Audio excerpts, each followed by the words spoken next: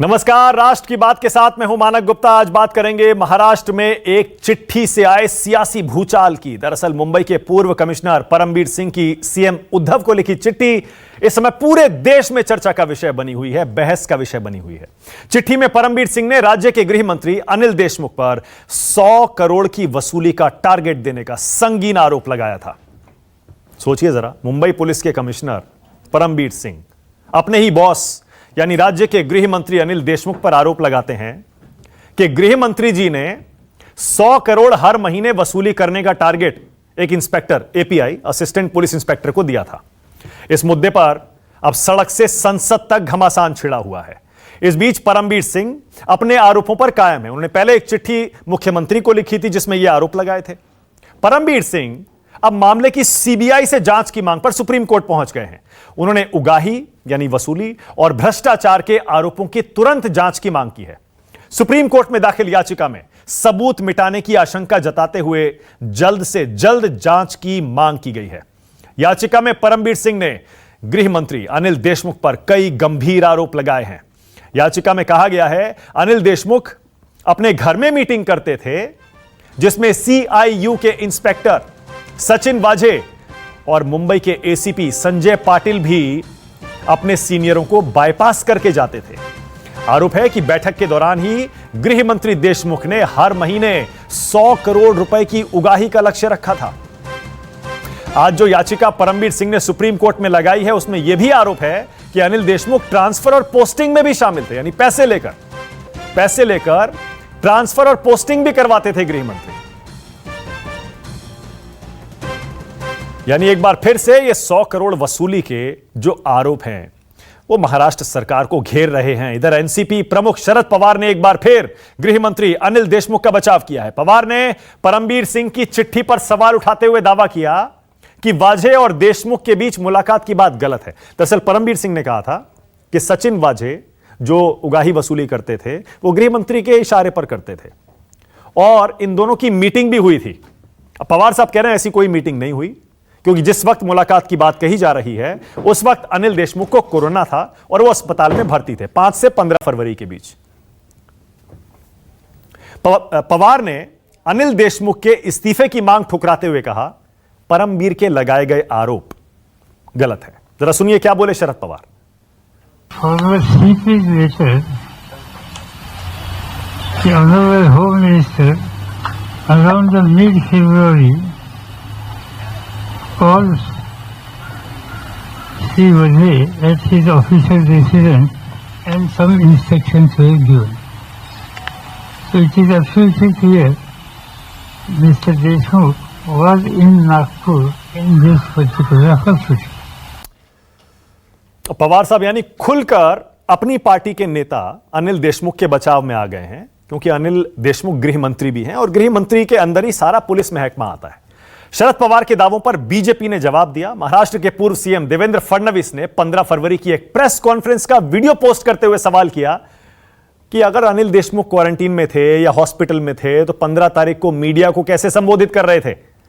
दरअसल इस press conference का वीडियो खुद अनिल देशमुख ने 15 फरवरी को अपने ट्विटर अकाउंट से शेयर किया था। अब वही उनको परेशान करने के लिए, हॉन्ट करने के लिए वापस आ गया है। फडणवीस कह रहे हैं अगर देशमुख 15 से 27 फरवरी तक क्वारंटीन में थे तो प्रेस कॉन्फ्रेंस 15 तारीख को कैसे कर रहे थे। अब बीजेपी के ताजा आरोपों के बाद अनिल देशमुख सफाई पेश करने आए। उन्होंने कहा 15 फरवरी को वो अस्पताल से घर जा रहे थे। उस वक्त अस्पताल के गेट पर पत्रकार मौजूद थे। उसी दौरान उन्होंने वहीं पर कुर्सी पर बैठकर पत्रकारों के कुछ सवालों के जवाब दे दिए। देशमुख ने दावा किया बीजेपी के जो आरोप हैं वो सारे झूठे हैं। जरा सुनिए क्या बोले अनिल देशमुख। मुझे कोविड हुआ था, उसके वजह से नागपुर के एलेक्सिस अस्पताल में मैं 5 फरवरी से लेके तो 15 फरवरी तक एडमिट था। 15 फरवरी को मेरा जब डिस्चार्ज हो रहा था तब मैं अस्पताल से घर में जाने के लिए जब अस्पताल के नीचे आया और अस्पताल के गेट के ऊपर काफी पत्रकार वहां पे खड़े थे। उनको मुझे कुछ सवाल पूछना था। मैं कोविड की वजह से मेरे में वीकनेस था, उसके वजह से मैं वहीं कुर्सी पे बैठ के उनके सवालों का जवाब देके गाड़ी में बैठ के होम क्वारंटाइन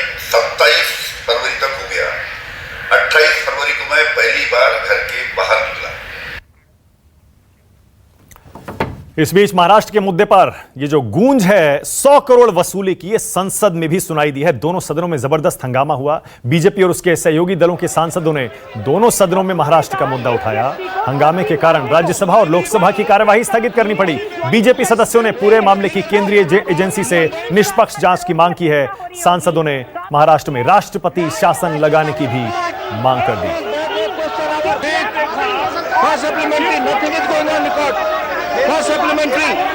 लोकसभा में बीजेपी सांसदों ने इस मुद्दे को जोर शोर से उठाया। पूनम महाजन ने दावा किया कि एपीआई को 6000 करोड़ की वसूली का टारगेट दिया गया था। उन्होंने सवाल किया, राज्य में और कितने एपीआई ऐसे हैं, सचिन वाजे जैसे, जो वसूली में लगे हैं। पूनम महाजन ने कहा, महाराष्ट्र में बेमेल गठबंधन की सरकार है।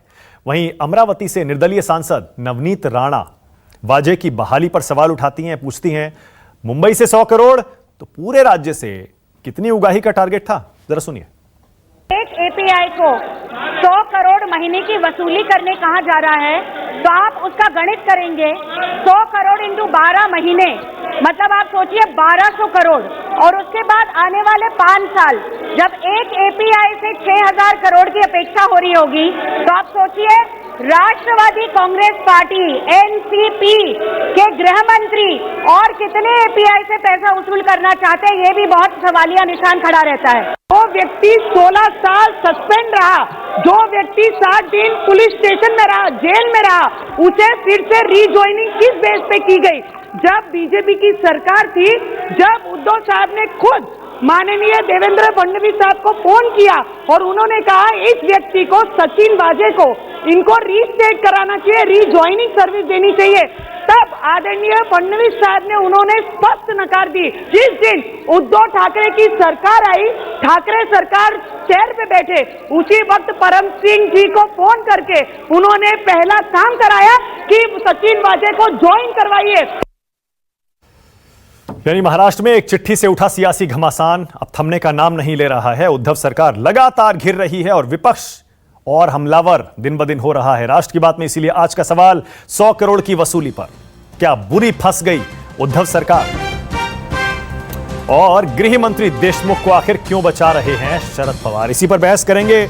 आज मेरे साथ बीजेपी से राजीव जेटली जुड़ गए हैं, समाजवादी पार्टी से यहां अनुराग भदौरिया आ गए हैं, क्योंकि महाराष्ट्र में समाजवादी पार्टी ने एमवीए महाविकास अघाड़ी सरकार को समर्थन दे रखा है।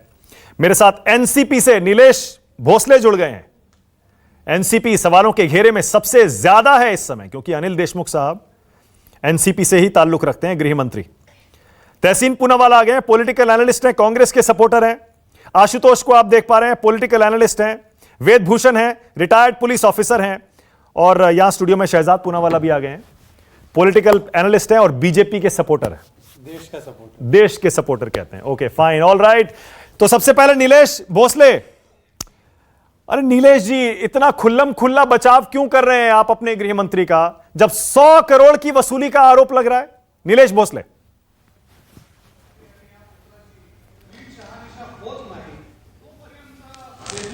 देखिए, बात एकदम काज जैसी साफ है। पूरा भाजपा मिलकर यही चाहता है कि गृह मंत्री की कहीं ना कहीं प्रतिमा, इमेज मलाइन करने का काम हो, उनका प्रतिमा खराब हो, राष्ट्रवादी कांग्रेस पार्टी और महाविकास आघाड़ी की सरकार का प्रतिमा खराब हो, और उस माध्यम से कहीं ना कहीं इस राज्य में राष्ट्रपति राजवट लाने का व्यवस्था दिल्ली की सरकार के और मोदी जी की सरकार कर रही है।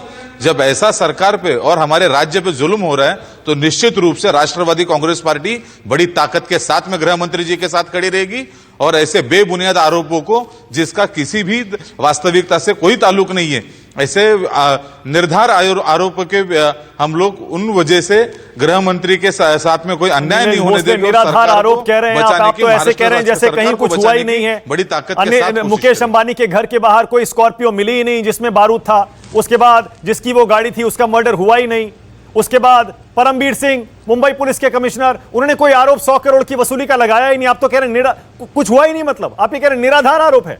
गृह मंत्री जिनके अंदर पूरा पुलिस महकमा आता है, उनकी कोई जिम्मेदारी नहीं है। देखिए एक बात समझ लीजिए, एक बात समझ लीजिए, गृह मंत्री जी पे यह आरोप नहीं है कि सुमो ये स्कॉर्पियो उन्होंने लगाई अंबानी घर के नीचे। गृह मंत्री जी पे आरोप किसने किए हैं? गृह मंत्री जी पे आरोप एक बेबुनियाद एक लेटर ने किए, जिसपे सादा सिग्नेचर करना जरूरी नहीं समझा। अगर कोई कमिश्नर ओहदे का अधिकारी मुख्यमंत्री ओहदे के एक नेता को चिट्ठी लिखता है तो उसकी गोपनीयता या उसकी कॉन्फिडेंशियलिटी कंफर्म हो गई नीलेश भोसले। अब तो सुप्रीम कोर्ट में पिटीशन डाल दिया परमबीर सिंह ने, रखी नहीं गई। अब ये कल परसों की दलीलें आज मत दीजिए नीलेश भोसले। ये सारे आरोप दोहरा दिए परमबीर सिंह ने बाकायदा सुप्रीम कोर्ट में अपना एफिडेविट देकर शिकायत करके। आप सुनने की कृपा करेंगे। अगर आप सुनने की कृपा नहीं करेंगे तो हमको बुलाइए मत। मैं जो बोल रहा हूं सुनने की कृपा करें आप। अब बोलिए नीलेश भोसले। हाँ, मैं सुन रहा हूं, बोलिए ना। ईमेल जाता है मुख्यमंत्री के कार्यालय को। हाँ। और वो कार्यालय से ईमेल का लेटर बाहर जाता कैसे? वो लेटर बाहर जाता कैसे? इसमें जिम्मेदार कौन है? कल के दिन यानी 21 तारीख के दिन फडणवीस जी जो पहले मुख्यमंत्री थे और आज विरोधी पक्ष नेता है, वो नेताजी कहते हैं कि रश्मि शुक्ला नाम की कोई अधिकारी थी, उसको भी इसी तरीके से महाविकास आघाड़ी के सरकार ने निकाला गया। वही आधार लेके आज के तारीख में 22 तारीख के दिन 22 मार्च के दिन हमारे परमवीर सिंह जी सुप्रीम कोर्ट में एक याचिका दाखिल करते और सेम टू सेम मैटर लिखते। हम सीधा सवाल पूछना चाहते, फडणवीस साहब ये क्या पूरा ड्राफ्ट करके देते एप्लीकेशन, या फडणवीस जी उनको पूरा वकालत कर रहे? जो फडणवीस जी कह रहे वही सारी चीजें कैसे वहां पे एप्लीकेशन में सुप्रीम कोर्ट में आती है? इसका मतलब एकदम सीधा और इसका मतलब एकदम साफ है। बीजेपी एक चित्र बनाने का कोशिश कर रही है। बीजेपी परमबीर सिंह जी को ये पूरा माहौल बनाने के लिए कह रही है। और आज तक का इतिहास है पिछले 7 साल का, जो आईपीएस दर्जे का अधिकारी, जो आईएएस दर्जे का अधिकारी जब किसी बीजेपी के विरोध वाली सरकार के खिलाफ गया है तब बीजेपी ने उसको सांसद किया है। ये शायद ये पॉलिटिकल एक बड़ी गेम है और इनको भी सांसद ऑलराइट, सबको जरा स्क्रीन पर लाइए। और नीलेश भोसले, मैं अपना सवाल दोहरा रहा हूं। आपने सीधा आरोप लगाया कि बीजेपी के हाथों में खेल रहे हैं, केंद्र सरकार के हाथों में खेल रहे हैं परमबीर सिंह, जो कि कल तक यानी ये घटना के उनके ट्रांसफर से पहले तक आपके सबसे पसंदीदा अफसर थे। नीलेश भोसले आपके फेवरेट थे, वो ब्लू आइड बॉय थे, सारे इंपॉर्टेंट केस वही हैंडल करते थे, उनके बचाव में आप सबसे भिड़ जाते थे। अचानक वो बीजेपी के हाथों में कैसे खेलने लगे नीलेश भोसले? देखिए, बाहर के राज्यों की बात मैं नहीं करना चाहूंगा, लेकिन महाराष्ट्र कम से कम एक कानून पे चलने वाला राज्य है। महाराष्ट्र में अधिकारियों को काम के दर्जे पे उनको जिम्मेदारी देने का काम किया जाता है और जो सबसे सीनियर अधिकारी रहेगा उसको मुंबई पुलिस कमिश्नर का ओहदा दिया जाता है। लेकिन बड़ी दुख की बात है कि मुंबई पुलिस कमिश्नर जैसा अधिकारी अपना पद जाने के एक दिन पहले ये सारे आरोप करता है। उनको कहीं ना कहीं मालूम पड़ गया था कि बीजेपी ये कांग्रेस सेना और राष्ट्रवादी की जो सरकार है ये उनको यहां से निकालने वाली है, इसलिए उन्होंने ये बेबुनियाद आरोप करना चालू किए। और ये सब सारी चीजों में मास्टरमाइंड है परमबीर सिंह। ऑलराइट, राजीव जेटली आईपीएस दर्जे का अधिकारी जो पिछले 20-25 सालों से क्रिमिनल लॉ में खेल रहा है, उसको ये सारी चीजें समझ में नहीं आएगी। राजीव जेटली, आप मुंबई पुलिस के पूर्व कमिश्नर परमबीर सिंह को अपने कब्जे में कर चुके हैं और आपकी जो साजिश है वो ये है कि आपको पहले गृह मंत्री का इस्तीफा लेना है, उसके बाद किसी तरह आपको ये एमवीए महाविकास आघाड़ी का गठबंधन तोड़ना है, राष्ट्रपति शासन लगाना है, वहां पर चुनाव करवाने हैं या शिवसेना को अपनी तरफ लाना है। राजीव जेटली, आपने पूरा गेम ऐसे सेट किया है। ये मानक भाई, ऐसा लग रहा है अभी प्रवक्ता जो एनसीपी के उनको ये बोलना चाहता, अभी बोलने का नहीं, हमारा धंधा है, चलने दीजिए उसको।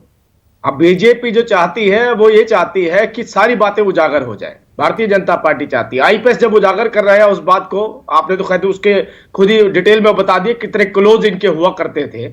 आज उनके ऊपर इल्जाम लगाया जा रहा है कि भारतीय जनता पार्टी के रोल पर काम कर रहे हैं। अरे भाई, पैसे का लेन देन है, इस बात को कबूल कर लीजिए। पूरी महाराष्ट्र ने, पूरे देश ने देख लिया है कि आपका जो धंधा चल रहा है सभी राजनीतिक पार्टियों का मिलकर के, क्योंकि गठबंधन है, उस गठबंधन में एनसीपी भी है, सपा भी है, कांग्रेस भी है, शिवसेना भी है। सब लोगों ने जो बिजनेस खोला हुआ है उस बिजनेस से अब छुपा नहीं जा सकता। सारे देश को पता चल गया कैसे हत्या हुई, किस तरीके से स्कॉर्पियो खड़ी कर गई, कैसे कपड़े बदले गए, कैसे कपड़े खरीदे गए, क्या किया गया उसके साथ, क्या अधिकारी के बारे में बता रहे हैं, अधिकारी मंत्री के बारे में बता रहे हैं, लेन देन का खुलासा हो चुका है। अभी भी आप, ये शर्म इस बात की नहीं है, शर्म इस बात की आनी चाहिए कि आप कह रहे हैं हम साथ खड़े हैं। अभी भी आप साथ खड़े हैं, आपकी पार्टी साथ खड़ी है, आप बचाव में खड़े हैं। एक तरफ भ्रष्टाचार और एक तरफ उस बात को उजागर करना। राजीव जेटली, बिल्कुल, मैंने इसीलिए पहला सवाल नीलेश भोसले से यही किया था कि आप क्यों साथ में खड़े। अरे आप भी तो साथ खड़े हैं परमबीर सिंह के, आप क्यों साथ खड़े हैं परमबीर सिंह के? कल तक तो आपके लिए वो सबसे बुरे पुलिस अफसर थे, सबसे बेईमान पुलिस अफसर थे। आज अचानक आपके इतने प्यारे हो गए कि आप कह रहे नहीं, परमबीर सिंह जो कह रहे हैं वो सही है, बाकी सब झूठ है?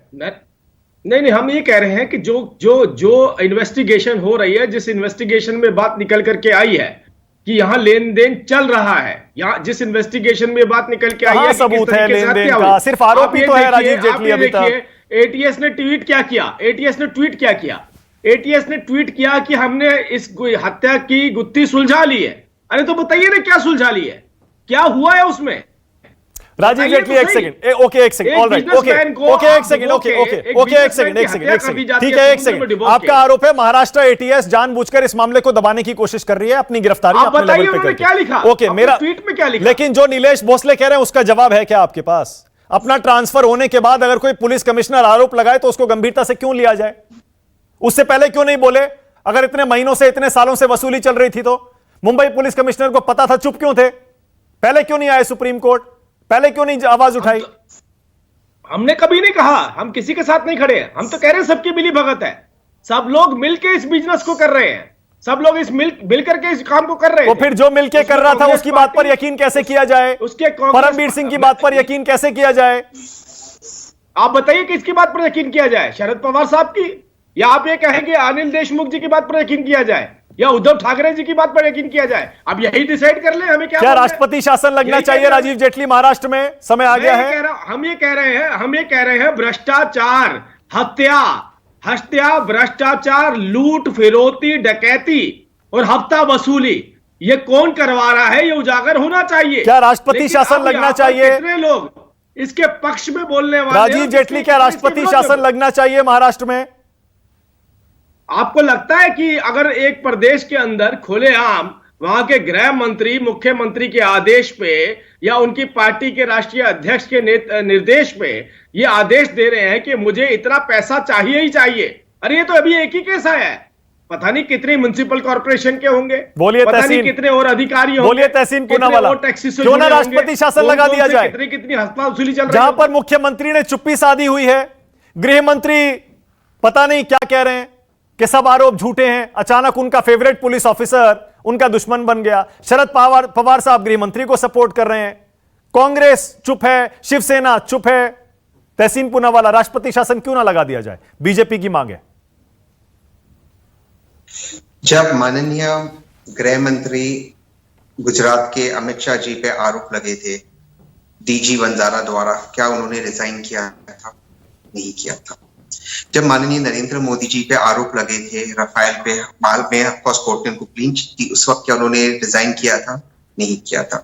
जब माननीय आदित्यनाथ जी पे राइटिंग के आरोप आज भी लगे और खुद अपने आरोपों को, अपने आप को केसेस वापस ले रहे हैं येदियुरप्पा जी, क्या उन्होंने स्टेप डाउन किया? उनको तो मुख्यमंत्री बनाया गया था। गांधी जी के क्या निर्देश? सर मैं ऐसे डिबेट नहीं करता हूं। आई विल, इसका खुलासा हुआ है।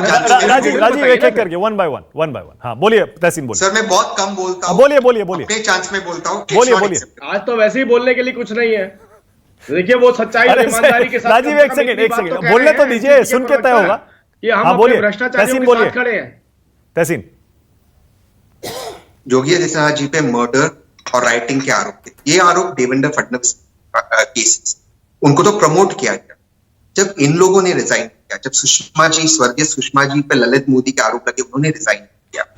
कई आरोप लगे, शिवराज सिंह चौहान पे व्यापम के लगे, उन्होंने रिजाइन किया। तो ये अपेक्षा यहां पर क्यों हो रही?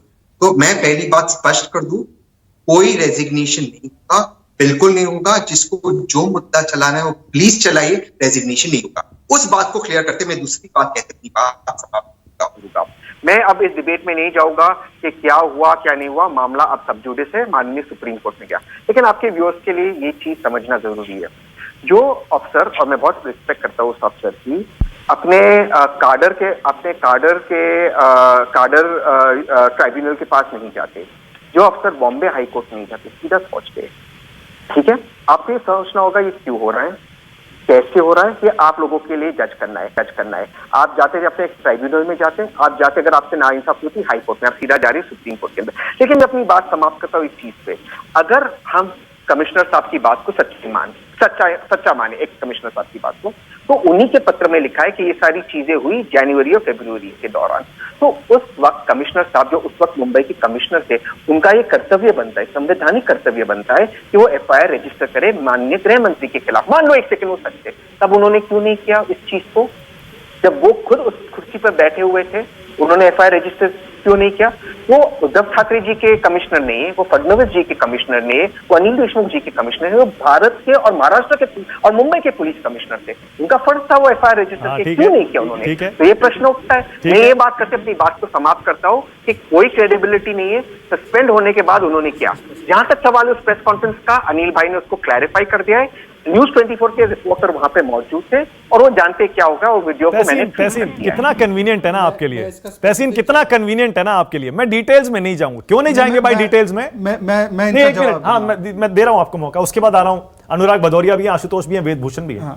तहसीन डिटेल्स में क्यों नहीं जाएंगे भाई? क्योंकि बोलने के लिए कुछ है नहीं, क्योंकि इतने संगीन आरोप लगे हैं।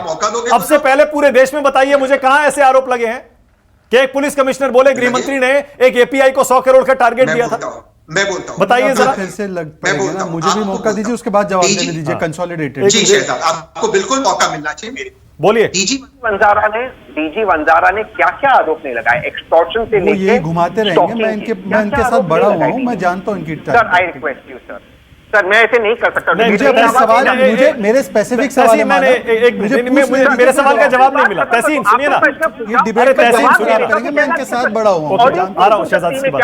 तहसीन एक मिनट, तहसीन एक मिनट, मेरी बात तो सुनिए ना, मेरी बात तो सुनिए। नहीं एक मिनट, ये सारे आप गिना चुके ना। नहीं तहसीन एक मिनट, 1 सेकंड, आप गिना चुके, वो ठीक है, आप गिना चुके, दर्शकों ने सुन लिया, सबने सुन लिया।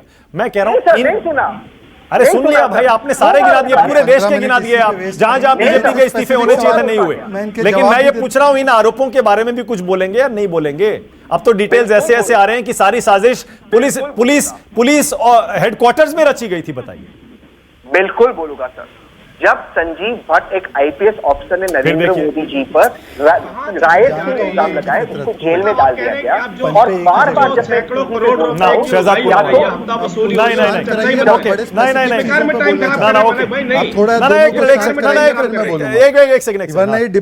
शहजाद, उसके बाद आ रहा हूं मैं। आशुतोष, अनुराग भदौरिया, शहजाद आप बोलिए। सर आपने बुलाया, थैंक यू, मैं निकलता हूँ। नहीं तहसीन एक सेकंड, ना तहसीन नहीं एक सेकंड, एक मिनट तहसीन, एक तहसीन नहीं प्लीज, मेरी बात 1 मिनट सुन लीजिए। मैं 1 मिनट के बाद खत्म करता हूं। सर मैं जब भी बोलता हूं झटके जमे हुए यहाँ पे। राजीव एक सेकंड बोले। तहसीन क्या कह रहे हैं? हम सब पूरे समर्थन के साथ। राजीव जेटली 1 सेकंड, राजीव 1 सेकंड सुनिए ना, 1 मिनट मैं सुनना चाह रहा हूँ। क्या कह रहे हैं तहसीन, क्या बोल रहे हैं? सर मैं बहुत संक्षेप में कह रहा हूँ। सर मैं जब भी बात कर रहा हूं और उदाहरण दे रहा हूं, या तो राजीव जी डिस्टर्ब करते हैं या तो शहजाद जी। इसका रीजन ये कि दर्शक ना सुने के पहले क्या हो चुका है, तो मैं अपनी बात दोहराकर आपके सवाल का दोहराना नहीं है ना तहसीन, दोहराना नहीं है। क्यों नहीं सुने? क्योंकि आप दर्शकों को क्यों नहीं सुना रहे? अरे आपने एक बार कह दिया, अब दूसरों में आप दोहरा रहे हैं, उन पर नहीं बोल रहे हैं ना, इसीलिए तो मुझे कहना पड़ा। आरोपों पर बोलिए कि मेरे सवाल के बाद जवाब देने का इनको फिर से मौका मिलेगा ना सर। ठीक है, ऑल राइट, बोलिए शहजाद, बोलिए प्लीज। अभी 40 सेकंड दे दीजिए, मैंने इनकी सारी लोगों की बातें सुनी है, मैं 40 सेकंड लूंगा और बात रखूंगा। देखिए बंगाल में एक सेकंड, ये गलत है, मानक जी प्लीज कंट्रोल कराइए। ओके हाँ अब बोलिए। हाँ देखिए, बंगाल में ट्रांसफॉर्मर कमीशन, तो यहाँ पे नेशनलिस्ट कलेक्शन पार्टी और महावसूली अघाड़ी। अब मैं सवाल पूछता हूँ, तहसीन बोलते ये परमबीर सिंह और ये एनसीपी के लोग बोलते ये परमबीर सिंह तो बीजेपी की कठपुतली है। आपको पता है परमबीर सिंह आज भी डीजीपी लेवल का ऑफिसर है, उसको हटाया या उस पर इंक्वायरी नहीं किया। अनिल देशमुख ने यह भी बोला कि बड़ी चूक हुई है, ये न्यूज 24 पे चला है, बड़ी चूक हुई है इसलिए ट्रांसफर किया गया। अगर बड़ी चूक हुई है तो ट्रांसफर की, उस पर केस क्यों नहीं किया आपने? तब तक आपके लिए ठीक थे, अब उसने आरोप लगाए हैं तो अब आपके लिए बहुत गलत हो गए। उसने अपने कायदे के अनुसार उसने उद्धव ठाकरे को बताया, कोई सरकार के मंत्री पर डायरेक्ट एफआईआर नहीं होती, सैंक्शन की जरूरत होती है सरकार की तरफ से। उसने उद्धव ठाकरे को बताया, ये पत्र में भी लिखा है, सुप्रीम कोर्ट के उसके केस में भी उसने डाला है कि मैंने ये बताया था उद्धव ठाकरे को ही नहीं, उद्धव ठाकरे को ही नहीं। वो बात ठीक है, मैं आपको सच झूठ नहीं हो जाता ना ट्रांसफर के बाद, सच तो सच ही रहेगा। मैं बताता हूं ना आपको, उसका भी कारण बताता हूं, आप सुन तो लीजिए मेरी बात। तो सच झूठ नहीं हो जाता टाइमिंग की वजह से। ठीक है, अब दूसरी बात समझिए, कांग्रेस का स्टैंड क्या है। अगर ये तीनों लोग बोल रहे हैं कि कांग्रेस पार्टी के एच के पाटिल इंचार्ज है, वो कह रहे हैं कि इस्तीफा होना भी एक उसका आउटकम होना चाहिए, मतलब कांग्रेस भी असहज है। दिग्विजय सिंह के भाई भी बोले शायद, लक्ष्मण सिंह ने भी बोला है। मैं इसके अलावा बताता हूं, शिवसेना बोलती है रूटीन ट्रांसफर है, एनसीपी बोलती है रूटीन नहीं है, ये उनके ऊपर हमने तबादला इसलिए किया क्योंकि गहरी चूक हुई। अगर गहरी चूक हुई तो केस आपने परमवीर पे क्यों नहीं किया? अब मेरी बात सुनिए, शरद पवार को ब्रीफिंग मिल रही थी, शरद पवार ने इस बात को कबूला है कि हाँ मुझे ब्रीफिंग मिल रही थी। किस अधिकार से वो ब्रीफिंग ले रहे थे, वो सवाल का जवाब देंगे। उसके अलावा आज शरद पवार ने क्या बोला, 5 से 15 तक हॉस्पिटल में थे, 16 से 27 होम क्वारंटीन में थे। 15 तारीख को वो प्रेस कॉन्फ्रेंस तो हुई, पर 18 तारीख की तस्वीर अनिल देशमुख ने दी है, जिसमें कि वो बताते हैं कि मैं और मेरी बीवी ने अपने एक कर्मचारी को श्रद्धांजलि दी, तो उसमें पूरी जनता उसके साथ में खड़ी थी। तो ये कौन सा क्वारंटीन मेंटेन हो रहा था? और परमवीर ने अपने लेटर में लिखा है, परमवीर ने अपने लेटर में लिखा है कि महीने के अंत में, फरवरी के अंत में ये सचिन वजह की मीटिंग हुई थी। सचिन वजह की मीटिंग तो अंत में हुई थी, तो शरद पवार ने उसका जवाब ही नहीं दिया। इसके अलावा सचिन वजह को इतने केस होने के बावजूद लिया किसने? इसको बताइए कि उसका कैसे उसको रीइंस्टेट किया? जब 2000 परमवीर सिंह, मैं अभी मेरी बात सुनिए, परमवीर सिंह ने रीइंस्टेट किया ना, परमवीर सिंह ने रीइंस्टेट किया तो सीआईयू में उसको तुरंत ले लिया गया। पहले उसको लोकल आर्म्स यूनिट में लिया, फिर सीआईयू में तुरंत ले लिया गया। सीआईयू में लेकर उसको तमाम केस दे दिए गए, चाहे वो टीआरपी स्कैम केस हो। परमवीर सिंह ऑनेस्ट है या नहीं है? अरे मेरी बात सुनिए ना, मैं आपको बता रहा हूं ना, परमवीर सिंह अगर ऑनेस्ट नहीं थे तो इतने दिन तक उसको दामाद बनाकर कमिश्नर क्यों बनाया था? नहीं, अगर ऑनेस्ट, आप बताइए ऑनेस्ट है या नहीं? सर अगर ऑनेस्ट नहीं होते तो डीजीपी नहीं रखते। कल तक आपके लिए ऑनेस्ट नहीं थे? मैंने कब कहा? मैंने कब कहा? मेरा कोई ऑन रिकॉर्ड इतने सारे जो केस थे अभी, जब वो एक लास्ट स्टेटमेंट देखिए, आप मुझे बार-बार देखिए, जितना आपने किसी ऑनेस्ट नहीं थे, अचानक ऑनेस्ट हो गए। आपने, मैं इसका जवाब दे रहा हूं, अगर आप मुझे बीच में बोलिए। मैं आपको ये कह रहा हूं कि पहले तो अगर वो डिसऑनेस्ट व्यक्ति है, होमगार्ड जो होता है ना, वो भी डीजीपी लेवल का ऑफिसर होता है, कमिश्नर भी डीजीपी लेवल का है, तो उस पर सरकार ने कार्रवाई न करते हुए ये बता दिया कि वो ऑनेस्ट है, इसीलिए उसके गंभीरता से। और ये जो हंस रहे हैं ना, मुस्कुरा रहे स्टूडियो में, उनको बोलो कि उनके नेता अबू आजमी ने उद्धव ठाकरे को बोला बाबरी मस्जिद शहीद करने के नाम पर उन्होंने समर्थन वापस ले लिया, तो साथ में आ गए क्या? अनुराग भदौरिया बोलिए, उसके बाद आ रहा हूं आशु आपके पास। बोलिए अनुराग, बोलिए। आप ये हालत है भारतीय जनता पार्टी के सपोर्टर की कि जब जवाब नहीं होता है तो बाबरी मस्जिद पे चले जाएंगे। मैं पूछ रहा हूं, आप सिर्फ ये जवाब बताइए, आप इतना बताइए, सिर्फ इतना जवाब दे दीजिए कि जब परमजीत सिंह वहां परमवीर नाम जब सुनते लीजिए, आपके दामाद है आजकल, हम क्या करेंगे? आपको आजकल बीजेपी के बहुत बड़े बात है, अफसोस की बात है, एक डीजीपी रैंक का आईपीएस, अब बोलने तो दो, मैं आपके बीच में नहीं बोला, अरे आपके बारे में नहीं बोला, अरे आप आजकल आपके चहीते पत्रकार को जेल में डाला, बोल तो लूं, अब मैं बोल लूं, बहुत अच्छा, मैं नहीं बीच में बोला, क्योंकि मैं इनको बताना चाहता हूं कि जब परमवीर वहां पे पोस्टेड थे तो आपने देखा कि जब तक वो पोजीशन में थे उन्होंने कोई चिट्ठी नहीं लिखी, कोई बात नहीं की, कुछ नहीं कहा, आराम से मतलब मिल बांट के खाते रहे। नहीं, चिट्ठी पड़ी है, उन्होंने बोला उद्धव ठाकरे को ब्रीफ किया है। अरे बात बोलने दे, मैं नहीं बोला बीच में। मतलब अनुराग, सचिन वाजे को, ट्रांसफर से पहले मिल बांट के खा रहे थे। सचिन वाजे को उन्होंने पोस्ट कराया, पोस्ट कराने के बाद सचिन वाजे को डिफेंड किसने किया? उद्धव ठाकरे ने सस्पेंड नहीं किया भाई, मैं आपके बीच में नहीं बोला भाई। सचिन वाजे पे जब केस आए, सचिन वाजे पर जब आरोप लगे, चिल्लाना है तो बोलो, मैं आप ज्यादा चिल्ला सकता हूं, मैंने आपको बोलने दिया, इसका मतलब ये नहीं है आप जानते हो कि मैं ज्यादा बोल सकता हूं, टोक सकता हूं, लेकिन मैं नहीं बोला, धमकी नहीं, अरे आप बोल सकता हूं ना, मैंने आपको बोलने दिया, आप मेरे पे चढ़ गए। नहीं, लोकतंत्र आप तो बोल रहे थे, मैं हिंदुस्तान की बात करता हूं, बात बीजेपी करते हैं। पहले अपना चेहरा तो साफ कर लो। अच्छा, मुद्दा ये है कि सचिन वाजे को किसने वहां पे लाके बैठाया? उद्धव ठाकरे ने, परमवीर सिंह ने, और परमवीर सिंह ने उनको स्पेशल पोजीशन दी कि आप सीधा रिपोर्ट मुझे करोगे, बीच में आप उसके कमिश्नर थे उसे भी नहीं कर रहे थे। तो इसके मतलब परमवीर सिंह के अंदर में कहीं ना कहीं सचिन वाजे उनके बड़े आंखों के तारे थे। आज सुन, परमवीर तो अब ये भी कह रहे हैं कि सचिन वजह सीधे गृह मंत्री को रिपोर्ट मैं ये भी, लेकिन अब तो देखो जब पोजीशन चली जाती, सुनो मेरी बात, अरे बात तो सुनने दो, मैं बोलने तो दो, मुझे बात ही नहीं पूरी। मैं कह रहा हूं कि कोई भी व्यक्ति किसी पे भी आरोप लगा सकता है, लेकिन जब तक उसकी पूरी इंक्वायरी ना हो जाए, पता ना चल जाए कि व्यक्ति अपने आप को बचाने के लिए बोल रहा है। इसके पहले तो कई बीजेपी के लोगों पे आरोप लग चुके हैं, लेकिन सुनो, लेकिन उन्होंने आरोप लगाए हैं, यही परमवीर सिंह को आपने पोस्ट कर रखा था जब यहाँ पे आपके बीजेपी के चीफ मिनिस्टर थे, तब वो वहां थाने कमिश्नर थे। तो इसके मतलब तब तो बहुत, माने आपके साथ भी तो मिले हुए थे, तो आप क्या कर रहे थे तब? आप उसको मिलवाट के खा रहे थे क्या उनके साथ? इसके मतलब अच्छा, अभी वो ऑनेस्ट है या नहीं है? अभी वो ऑनेस्ट है या नहीं है? मुझे लगता है एक ऑफिसर अपनी ड्यूटी पे रहते हुए अगर आरोप नहीं लगा रहा है तो आदमी ऑनेस्ट नहीं है। उसको अपनी ड्यूटी पे रखते हुए बोलना चाहिए था कि गलत हो रहा है नहीं, जब पोजीशन पे थे तो उनको बोलना चाहिए था कि सचिन वाजे गलत हो रहा है, उनको सवाल उठाना चाहिए था, सवाल उठाना चाहिए था। उन्होंने सही वक्त पे सवाल नहीं उठाया। एक सवाल आपने एक बड़ी अच्छी बात बोली कि उन्होंने रीइंस्टेट किया कमिश्नर ने। जब इन पे आरोप लगने लगे मनसुख हिरेन की मौत के, फडणवीस जी असेंबली में बोले, तब उद्धव ठाकरे ने क्यों बोला कि ये ओसामा बिन लादेन नहीं के सस्पेंड करेंगे? तब सचिन वाजे को बचाया किसने, ये बताओ? परमवीर, ये बताओ किसने बचाया? और क्या? देखिए भाई साहब, उद्धव ठाकरे ने बोला नहीं, पुलिस कमिश्नर क्या होता है इनको पता नहीं है, ये पूरी डिटेल लेकर रहता है। उत्तर प्रदेश में नहीं पता महाराष्ट्र के बारे में। अच्छा, सरकार ईमानदारी से, अरे महाराष्ट्र के बारे में अनुराग एक पता है, बचा क्यों रहे? यही सवाल आशुतोष से भी पूछने वाला हूं। आज तक तो आप गाली दे रहे थे, कभी नहीं हो बहुत करप्ट है, ये वो है। आज आपकी मतलब की बात हमें लगी, सरकार नहीं बहुत अच्छे हो गए, तीन पहिए हिंदुस्तान की बात नहीं करते। अच्छा, बीजेपी निर्माण की बात करते, समस्या छोड़िए, महाराष्ट्र निर्माण की बात नहीं कर रहे हैं, ये बीजेपी निर्माण की बात कर रहे हैं। वसूली की बात, मैं कह रहा हूं अनुराग, बड़ी तस्वीर। ओके, आप तो यूपी की, आपकी ज्यादा स्ट्रांग पार्टी है ना वहां पे, यूपी में भी करोड़ों लोग देख रहे होंगे अनुराग, और जहां जहां आप जाएंगे वहां वहां सब लोग देख रहे हैं अनुराग। आपने एमवीए सरकार को समर्थन दे रखा है महाराष्ट्र में, पूछ लो अब। मैं ये पूछ रहा हूं अनुराग, इस समय क्या सरकार के अंदर आपको वाकई लगता है कि सरकार की छवि खराब नहीं हो रही है? देखिए, मैं आपको जब 100 करोड़ की वसूली के आरोप, हर महीने 100 करोड़ की वसूली के आरोप एक डिपार्टमेंट, एक शहर के पुलिस कमिश्नर गृह मंत्री पे लगाता है, वहां सबसे बड़े उद्योगपति के घर के बाहर जिलेटिन मिल रहा है, बारूद मिल रहा है, फिर जिसकी गाड़ी है उसकी हत्या हो जाती है। फिर अब डिटेल्स जो आ रही हैं उससे पता लगता है कि कैसे बहुत सारे पुलिस वाले इसमें शामिल हैं। उत्तर प्रदेश में आपने नाम लिया तो बता दूं, उत्तर प्रदेश में वैभव कृष्णा एक अधिकारी है जिसने आईपीएस ने बोला था कि पैसा लेके यहाँ पोस्टिंग होती है, तो इसके मतलब उत्तर प्रदेश में सारे आईपीएस अधिकारी आज के डेट में पैसे लेके पोस्टिंग हो रही है। उन्होंने तो रेट लिस्ट भी जारी की थी, उस आईपीएस अधिकारी ने जो सस्पेंड हुआ था। ये Bharatiya Janata party double game करती है।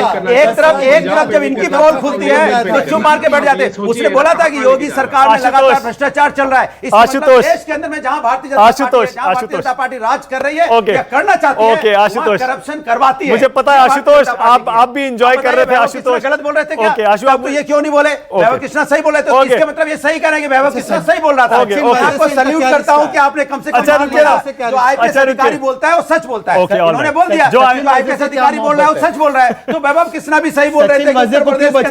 उत्तर प्रदेश के अंदर पैसे से ट्रांसफर हो रहा है, बचा लो उत्तर प्रदेश को। आप सच कह रहे हो, जो आईपीएस कहता है सही कहता है, मैं तो आपके सच के साथ खड़ा हूं। अब एक इंडिपेंडेंट एनालिसिस भी सुन लो, रुक जाओ, रुको ना एक मिनट। अरे आशु, एक सेकंड, एक सेकंड, अरे आपकी तरफ एक सेकंड, मैं इनके सच के साथ खड़ा हो गया। एक आईपीएस अधिकारी जो बोलता है वो सच बोलता है, वैभव कृष्णा भी सच बोलता है। ओके आशुतोष, मुझे पता है आपने भी बहुत एंजॉय किया पूरा डिबेट, मैं भी एंजॉय कर रहा था, आप मुस्कुरा रहे थे लगातार। आपके मन में क्या आ रहा था आशुतोष? क्या आज सारे के सारे पक्ष फंसे हुए हैं क्या, या सिर्फ एमवीए की सरकार फंसी है? नहीं, देखो मानक, सबसे बड़ी बात यह है कि मुझे यह पॉलिटिकल मैनेजमेंट समझ में नहीं आ रहा है कि एक कार खड़ी होती है और उसके बाद पुलिस कमिश्नर का जो है वो मंत्री के ऊपर आरोप लगा देता है। इसका मतलब क्या है? इसका मतलब यह कि पूरी की पूरी दाल काली है इसमें ना तो परमवीर सिंह को आप क्लीन चिट दे सकते हो, ना देशमुख को क्लीन चिट दे सकते हो, ना शरद पवार को क्लीन चिट दे सकते हो, ना उद्धव ठाकरे को क्लीन चिट दे सकते हो, किसी को नहीं दे सकते हो। जो महत्वपूर्ण सवाल यह है कि सचिन वाजे नाम का एक एपीआई इतना पावरफुल कैसे हो सकता है, मेरी तो समझ में नहीं आता। आप यूपी के अंदर देख लिए, दूसरी जगह देख लिए, सब इंस्पेक्टर क्या होता है, कुछ भी नहीं। ये सब इंस्पेक्टर इतना पावरफुल होता है कि अचानक वो रीइंस्टेट हो जाता है। रीइंस्टेट होने के बाद सारे पावरफुल केसेस उसके पास चले जाते हैं, सीधे वो पुलिस कमिश्नर को रिपोर्ट करता है। तो कुछ तो इसके अंदर गड़बड़ है ना, ऐसे तो नहीं है सब कुछ। और आज मैं जब देख रहा था कि शरद पवार जब प्रेस कॉन्फ्रेंस कर रहे थे, जब उनसे सवाल पूछा गया कि अनिल देशमुख जो है वो तो हॉस्पिटल में प्रेस कॉन्फ्रेंस कर रहे थे, तो शरद पवार को मैंने पहली बार इतना एम्बैरेस्ड देखा अपनी पूरी जिंदगी के अंदर। और शरद पवार को भी यह लग रहा था कि मैं कहां फंस गया हूं। शरद पवार का स्टेचर वो है, आज की तारीख में देश के 2-3 बड़े नेताओं में उनका नाम आता है। तो अब ये एक एपीआई से मामला शुरू होकर अगर शरद पवार तक पहुंचा है, इसका मतलब साफ है कि ना तो मैं परमवीर सिंह को क्लीन चिट दे रहा हूं, ना ही मैं उद्धव ठाकरे को, ना शरद पवार के, ना कुछ को। इस पूरे मामले की जांच पड़ताल होनी चाहिए अच्छी तरीके से। और दूसरी बात आप देखिए कि सारे मामले की जांच एटीएस करती है और सारे आंकड़े, सारे एविडेंस वो फडणवीस के पास पहुंच जाते हैं। पुलिस के पास पहुंचे, उसके पास फडणवीस के पास, उनके पास सीडीआर भी आ जाती है, उनके पास सब कुछ आ जाता है और वो सारी चीज करते हैं। तो इसका मतलब साफ है कि जितना साफ ये मामला दिखाई पड़ रहा है उतना साफ है नहीं। जहां तक वसूली की बात है, मैं दावे के साथ कह सकता हूं ये वसूली मुंबई के अंदर नहीं, ये पूरे देश के अंदर होती है। थानों की बिक्री होती है, ट्रांसफर पोस्टिंग में पैसे लिए जाते हैं। तो कोई अगर एक ये सरकार का खाली महाराष्ट्र के अंदर चल रहा था, मुंबई के अंदर चल रहा था, यूपी के अंदर नहीं चलता, या असम के अंदर नहीं चल रहा है, या फिर राजस्थान के कांग्रेस पार्टी की सरकार में नहीं चल रहा, ये झूठ और असत्य मिथ्या है। ये मानक आप भी जानते हो और आपके पैनल बैठे हुए सारे लोग भी जानते हैं। अब इसकी इंडिपेंडेंट जांच कैसे होगी? मुझे तो नहीं मालूम इसकी कोई इंडिपेंडेंट जांच होगी। आज तक ये पता नहीं चल पाया है कि वो कार खड़ी होने के पीछे मोटिव क्या था। हर क्राइम में एक बात स्पष्ट होती है, मोटिव, लेकिन कोई मोटिव के बारे में बात ही नहीं कर रहा। हो सकता है क्या? यही तो सवाल है। आशुतोष जी की सारी बातों को अग्री कर रहा हूं। आज सवाल यही है कि क्या हफ्ता मंत्री के रहते हुए हो सकता है? कैसे होगा जब उत्तर प्रदेश में मैंने इन्होंने आईपीएस की बात को सच माना है। बढ़िया बात, आईपीएस की बात को सच माना है तो वैभव किशन की बात को भी सच मानिए। ये डबल रूल नहीं चलेगा कि वहां परमवीर बोलेंगे सच होगा या वैभव किशन बोलेंगे। इसके लिए मैं बधाई देता हूं और पब्लिकली बधाई देता हूं कि आप सही कह रहे हो कि जो आईपीएस कहता है वो सही कहता है। वैभव किशन अब वोट क्यों रहे? सचिन वजिया को बधाई दे रहा हूं, आपको बधाई दे रहा हूं कि जो आईपीएस होता है बैठ जाओ। सचिन वजिया आपके के पात्र है। मैं आपकी बात से सहमत हूं। ओके वेदभूषण, अच्छा वेदभूषण जी, पहले ये बता दूं कि मैं आखिर में आपके पास क्यों आ रहा हूं। दरअसल आज पुलिस का दिन नहीं है। मान लीजिए पिछले 3-4-5 दिन से पुलिस का दिन नहीं है। जब था तब हमने आपको बहुत इंपॉर्टेंस भी दिया था, आज नहीं है। इसीलिए वेदभूषण जी आखिर में आ रहा। क्या वाकई ऐसा होता है वेदभूषण जी? क्या वसूली डायरेक्टली होम मिनिस्टर भी करवा सकते हैं क्या? मानव जी, आशुतोष की बात से मैं 100% एग्री करता हूं। आपको बताता हूं, रंजीत शर्मा जब अरेस्ट हुए थे, बॉम्बे पुलिस के कमिश्नर अरेस्ट हुए थे तेलगी घोटाले के अंदर, तेलगी का जब नार्को एनालिसिस टेस्ट किया गया था तो उन्होंने बड़ी प्रमुखता का बार बार नाम लिया गया था। उसके अलावा छगन भुजबल और समीर भुजबल का भी नाम आया था। अजीत पवार पर 11,000 करोड़ रुपए का घोटाला लगा था। आपको याद होगा शिवानी भटनागर मर्डर केस में आरके शर्मा को एस्केप बोट बनाया गया, एक आईपीएस ऑफिसर को जेल डाल दिया गया था, जिसमें कि प्रमोद महाजन का नाम भी जुड़ा हुआ था। ये जो बॉम्बे पुलिस है, इसका जो नेक्सस है अंडरवर्ल्ड के साथ में, पैसे के साथ जो कनेक्शन है, मैं आशुतोष की बात को बिल्कुल एग्री करता हूं। ऐसा होता है क्योंकि ये बात अब छिपी नहीं रही है, क्योंकि ये एनकाउंटर स्पेशलिस्ट नहीं, ये एक्सटॉर्शन स्पेशलिस्ट हैं। जिस तरह से बॉम्बे के अंदर दया नायक के ऊपर अब तक 56 पिक्चर बनी, प्रदीप शर्मा अरेस्ट हुए, वहां बहुत सारे पुलिस ऑफिसर इस तरह के क्लाउड्स के अंदर आए। अभी जिन बाजे का नाम लिया जा रहा है 58 दिन जेल में रहे और वो शिवसेना के 11 साल तक स्पोक्स पर्सन रहे। तो क्या ऐसा संभव हो सकता है कि जब नौकरी में बहाल किए जाएं तो उनकी श्रद्धाएं दूसरी पार्टी के प्रति होंगी? तो कहीं ना कहीं उनकी निष्ठा, उनकी श्रद्धा, उनकी सर्विसेज शिवसेना के लिए थी, जो अब डायरेक्ट इनडायरेक्टली बिल्कुल एक्सपोज हो चुकी है।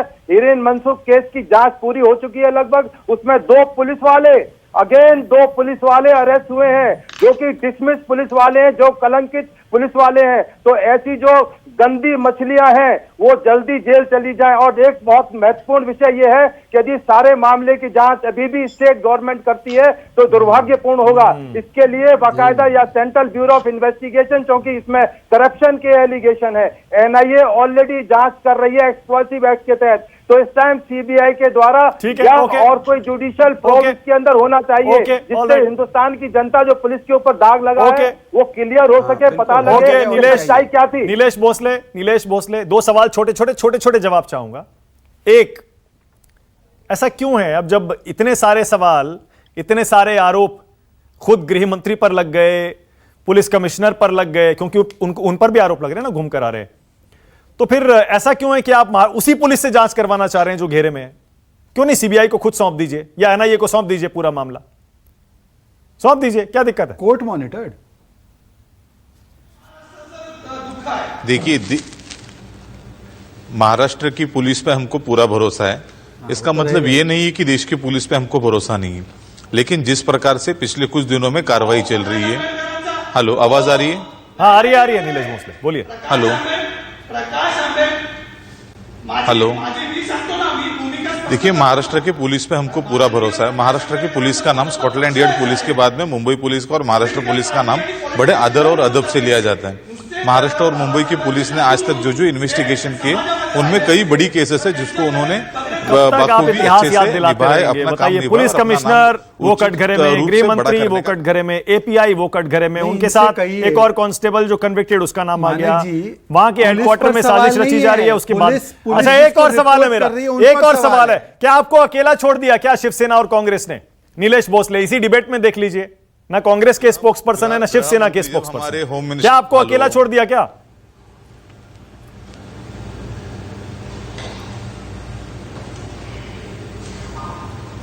हेलो, नीलेश भोसले क्या आपको अकेला छोड़ दिया क्या कांग्रेस और शिवसेना ने? सिर्फ एनसीपी आ रही है डिबेट्स में और प्रेस कॉन्फ्रेंस में। देखिए राष्ट्रवादी अकेली आ रही है ऐसा बिल्कुल नहीं है। पूरे राज्य की जनता, पूरे राज्य का हर इंसान और पूरे राज्य का पुलिस बड़ी ताकत के साथ में, गृह मंत्री के साथ में और महाराष्ट्र विकास आघाड़ी के साथ में बैसाखी के साथ बाखूबी जानते हैं। देख लो, एक समाजवादी जिनका कोई स्टेक नहीं और दूसरे वो किसी ना किसी तरीके से महाराष्ट्र विकास आघाड़ी की सरकार को। आज वक्त की नजाकत है, मुझे शो यहीं बंद करना पड़ेगा। मुझे पता है ये डिबेट तहसीन और राजीव जेटली और बोलना चाहते हैं, अभी ये 1.5-2 घंटा और चल सकता था। बहुत मजा आ रहा था डिबेट में, क्योंकि पहली बार ऐसा लगा कि बहुत सारे पक्षों ने अचानक अपना स्टैंड बदल लिया कुछ ही दिनों में। इसीलिए जो आशुतोष और वेदभूषण कह रहे थे उसके बारे में सोचिएगा जरा। ऐसा नहीं है कि सिर्फ मुंबई में होता है पूरे देश में है, लेकिन शायद मुंबई में इस बार ऐसा हुआ है जो पूरे देश की नजरें इस समय मुंबई पुलिस पर और महाराष्ट्र पर आकर टिक गई हैं। अब पता नहीं, जैसे शहजाद कह रहे थे, मुझे नहीं लगता ऐसे में कैसे जांच हो पाएगी, इंडिपेंडेंट इन्वेस्टिगेशन कैसे होगा। शायद कोर्ट मॉनिटर करे तभी हो पाएगा। बहुत बहुत शुक्रिया आज राष्ट्र की बात में आने के लिए आप सबका, बहुत शुक्रिया। YouTube पर News 24 का परिवार अब 1 करोड़ का हो गया है। इस प्यार और भरोसे के लिए आपका तहे दिल से शुक्रिया। चाहे टीवी हो या सोशल मीडिया, हमारा वादा है हम यूं ही निष्पक्ष होकर पत्रकारिता का धर्म निभाते रहेंगे। यूं ही दिन रात आपके लिए सच्ची खबरें लाते रहेंगे। हम निष्पक्षता बनाए रखेंगे। बस आप अपना भरोसा बनाए रखिए और अपना साथ बनाए रखिए। एक बार फिर 1 करोड़ सब्सक्राइबर के लिए धन्यवाद। न्यूज़ 24 निष्पक्ष खबरें।